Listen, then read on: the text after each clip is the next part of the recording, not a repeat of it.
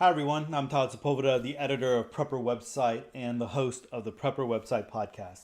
And this is my favorite article of the week that I like to do, I like to share with you. And so basically what it is, I read or I bounce off of an article that I read on the podcast last week. And so this week for my favorite article of the week, I'm actually going to share my own article. So that was my favorite one. I mean, come on, really? Can you blame me? That was my own article that I wrote on Ed That Matters, and I read it on the podcast last Friday, and so it's my favorite one. I mean, come on, right? So anyway, the name of the article was "Prepping for College," bugging out when necessary. But the thing is that when I was thinking about it and thinking about for this specific for my favorite article of the week, when I was thinking about it, really I'm probably going to title this video. I'm going to title it "Bugging Out to Home." Right? So the idea, it's not just prepping for a bug out from college, although the reason, and I'll tell you the reason why I wrote that article in the first place, but it's really whenever you are anywhere else for whatever reason, and not necessarily a get home. I mean, there are times where maybe you are you are traveling and you have a get home bag, and the purpose is to get back home. It's not necessarily that, because in that scenario you are already out and you're traveling and you're not in a more permanent situation. But let's just say that you are at college, or you are living, somewhere else, but you realize that really isn't a full-time that's more of a temporary location, and so you really need to get back to your home. You're going to bug out back to your home. It could be that you are doing some kind of summer internship or an internship somewhere. Maybe you're working at summer camp, or whatever it might be. The idea is that wherever you are, it is not where home is. It is not where family is. You're living there, but you need to get and bug out back home. And so that's going to be the whole purpose of just kind of bouncing off of this article. So let's go ahead and get right into it and go over to that article really quick.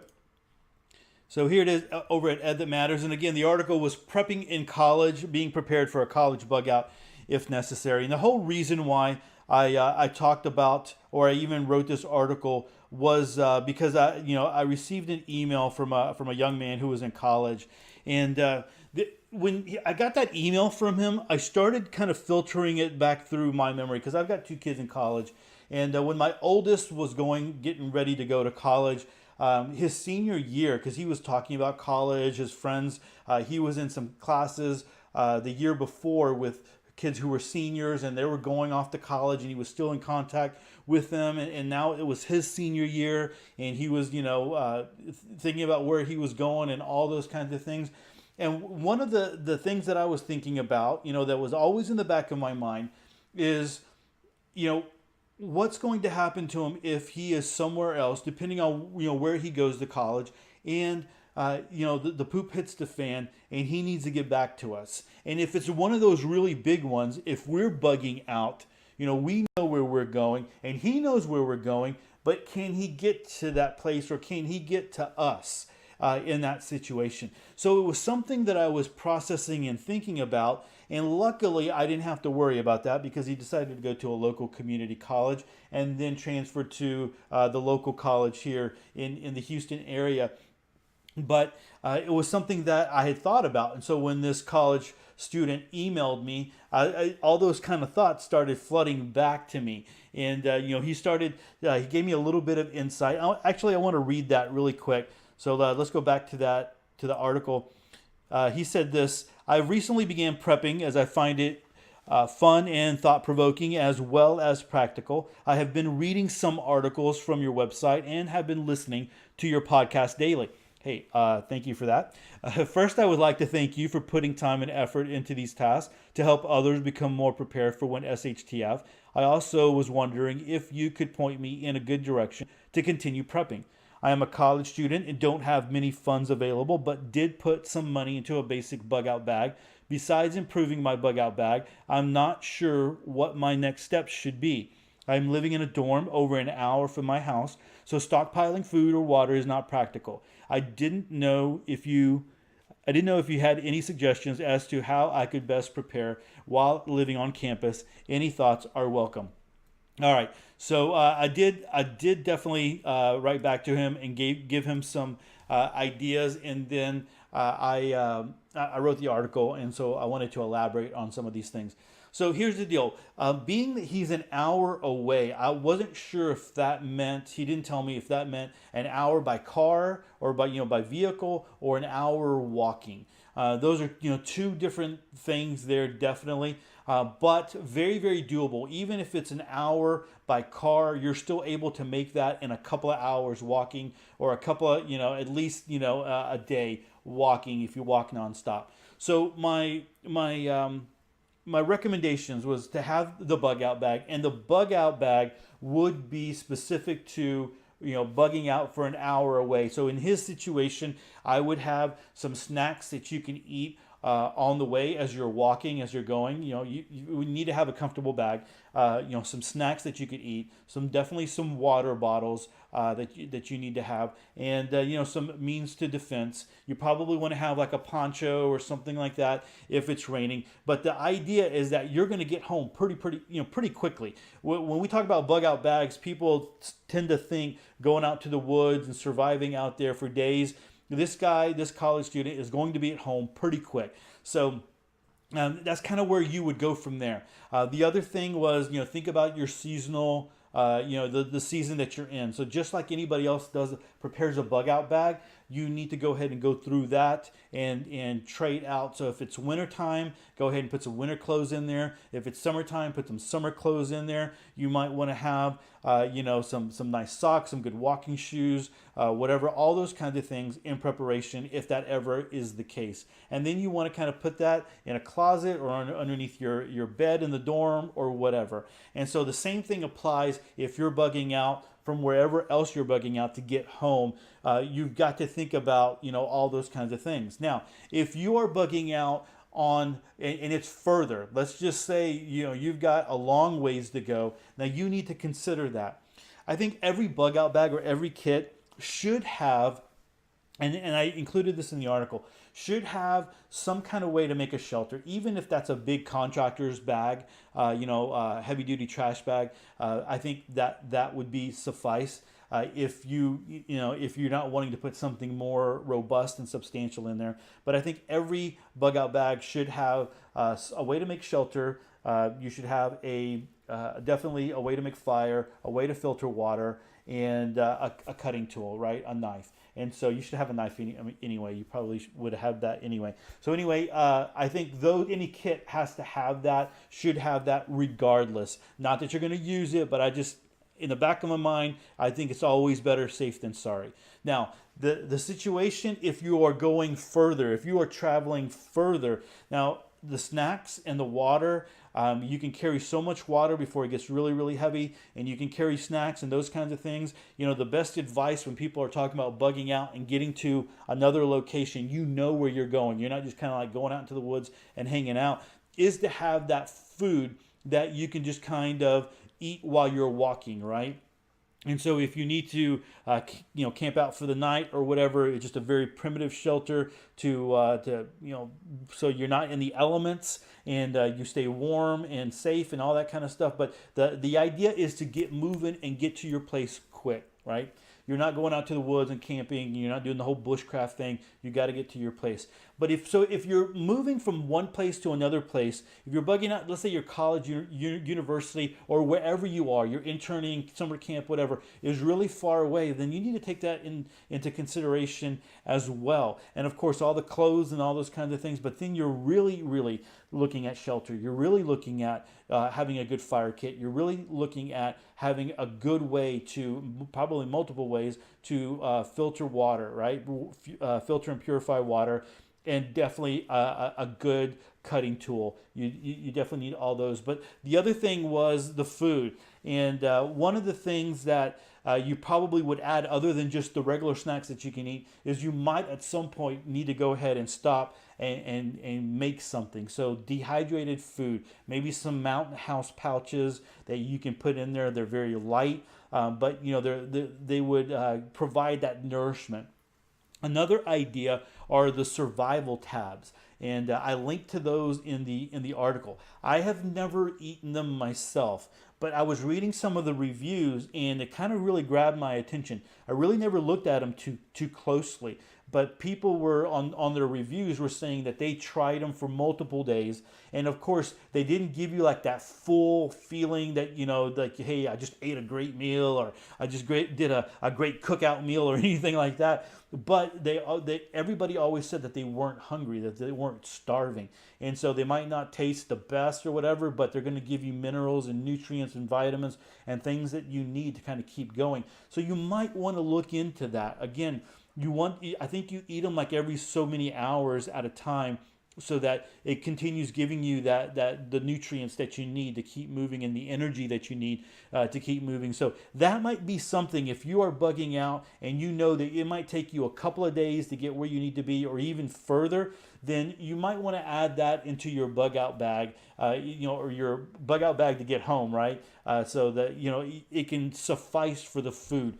You don't want to go out and trap, and you don't want to go fishing, and you don't want to go any of that kind of stuff. You want to get home as fast as possible. You want to get to the location where you're going to as fast as possible. It could be that your family is waiting for you. It could be that your family is they're depending on you, and so that's the idea you want to do there. All right, so let's go ahead and continue on this article. The next thing that I talk about is transportation. Now, I think if you are in college and you have a vehicle and you're bugging out and you're going home and you have your vehicle, great. And I don't know if I really would consider that a bug out. I'm thinking more like that's like I'm going home, right? So anyway, so you have that as well, if you can afford that.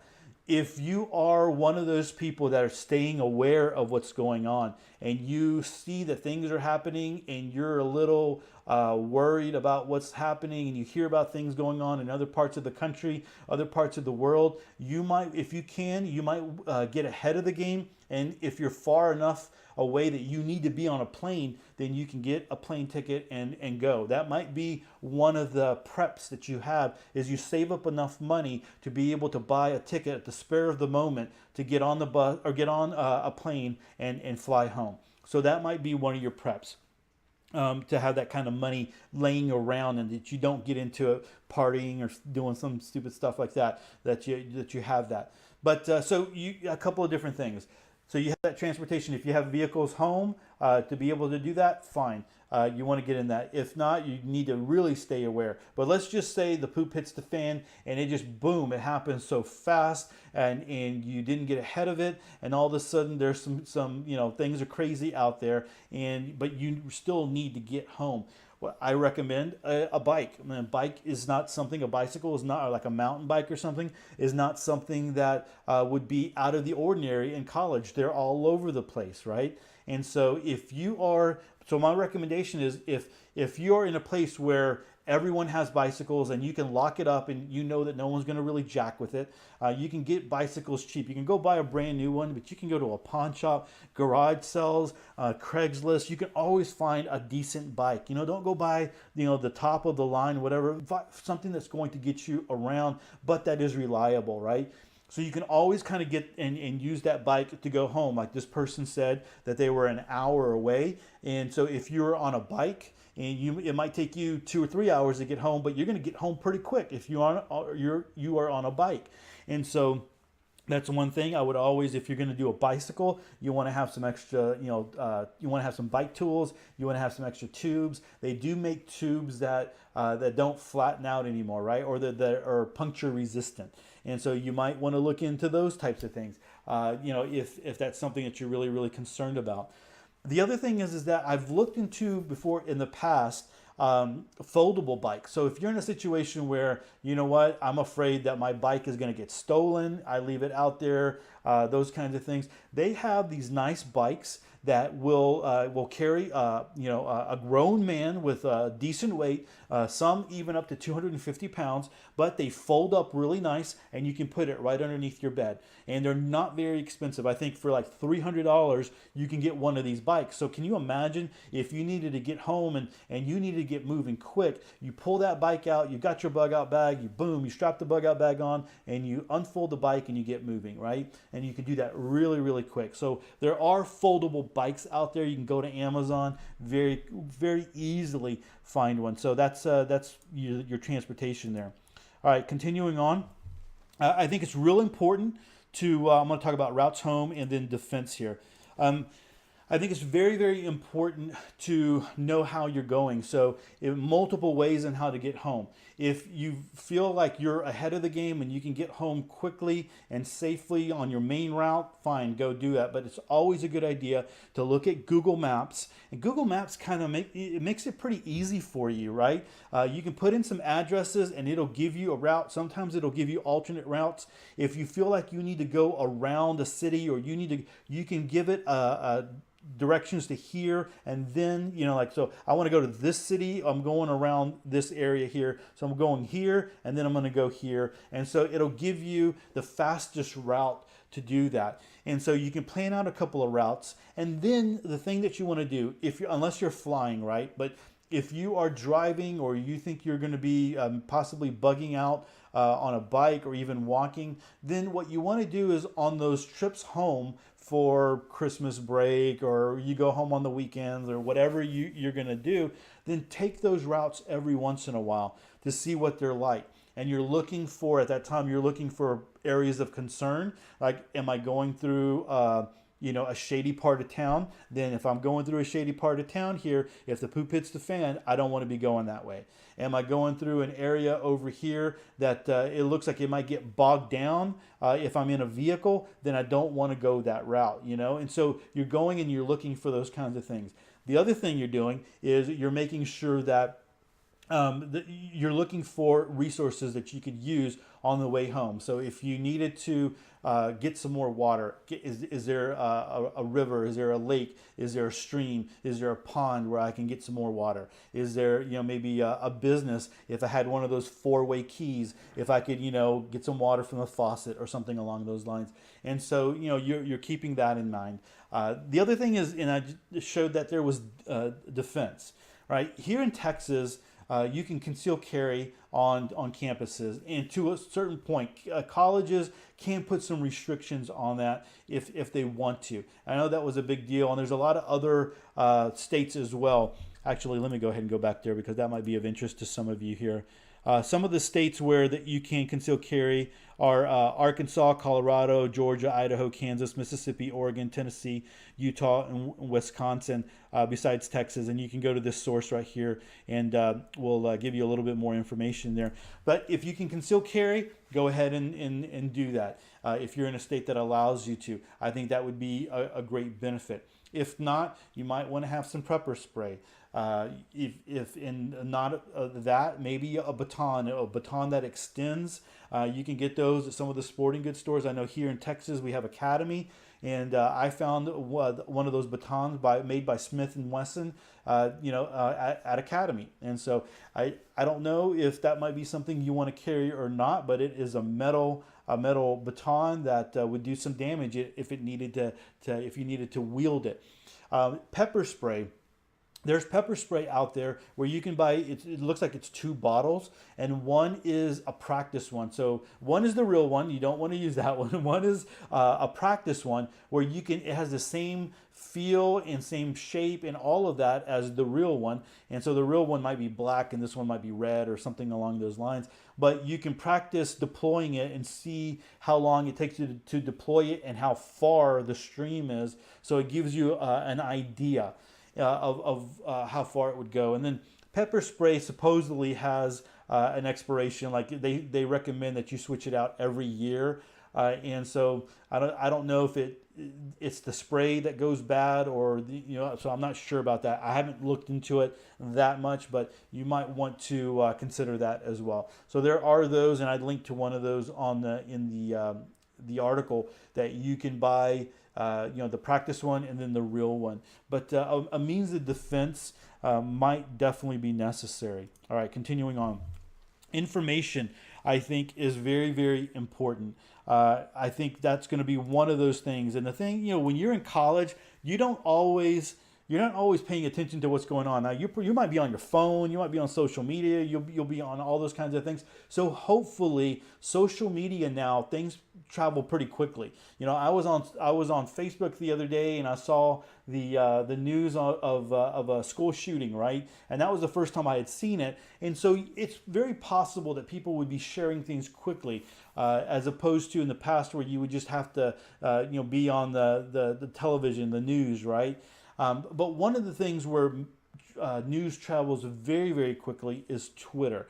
And if you follow me on Twitter, you'll know that I don't follow a lot of other people back. I follow about 50, 52 different organizations, actually. They're news organizations, because that's how I quickly get my news. And I really don't even watch the 10 o'clock news anymore. I pretty much am on Twitter. And so when things are happening around the world, you can follow a hashtag. You can follow, different people that that are going to give you important information. And I follow, like I said, I follow alternative news sites. I also follow the mainstream media. Although I don't always trust them, I get news. I understand what's kind of going from there, because they want to jump on the story as well. They want people to come to their websites, so they're throwing the news stories out there very, very quickly. So I think young people, if they're in college, Twitter, they're already on Twitter.